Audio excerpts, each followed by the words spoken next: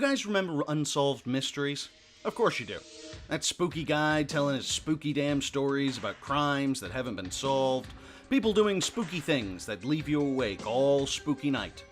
It was a great show, and like most great shows, it spawned some imitators.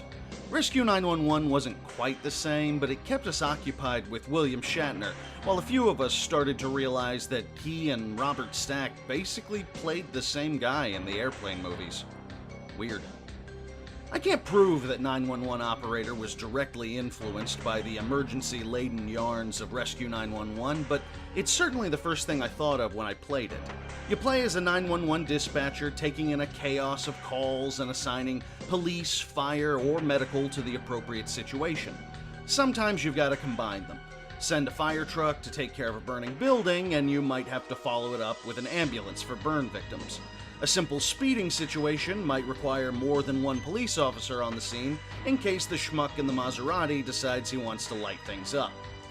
It's a pretty basic premise that leads to some simple, if stressful, fun. Between shifts, you'll receive a budget based on how well you did, and while I don't think it's terribly fair to ask the guy who makes $12 an hour to answer phone calls to also take inventory and spend the budget, it adds a level of planning and inventory building that keeps the game fresh, for a little while at least. The voice acting is a nice touch as well. Instead of just reading the texts of your calls, you've got actors portraying people, sometimes having the worst days of their lives, and that adds something. 911, what's your emergency? Hello, I have a problem. Someone is trying to get into my house through the back door. Okay, where do you live? I live at... So tell me what's happening. When you're playing in the career mode, you move upwards toward larger cities with bigger problems, but my favorite had to be the open world mode, where you just play indefinitely. The game noticed that I live in the Atlanta area and asked if I'd like to play there.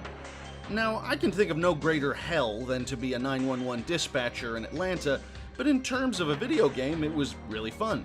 And the use of actual Atlanta streets and locations added a personal feeling to it that genuinely impressed me.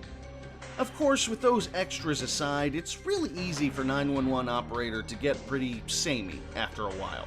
You can invest in new vehicles, staff, equipment, but the gameplay itself stays largely the same, and whether you're willing to invest a massive amount of time in that really depends on how much you like sending firemen to save burning buildings and kittens stuck in trees. But I don't regret the time I spent playing 911 Operator. The developers of the game did a decent job making it unique and engaging, and the modding scene is all over it, creating new situations to respond to in an effort to keep things fresh. Ultimately, with its simple interface and gameplay, the developers at Jutsu Games might do well to port 911 Operator over to mobile. I can see this game doing really well among the crowd that likes a casual, fun game to play in bed at night.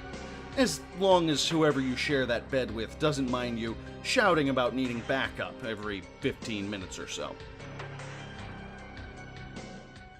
Hey, Daddy, don't sink a little drinky.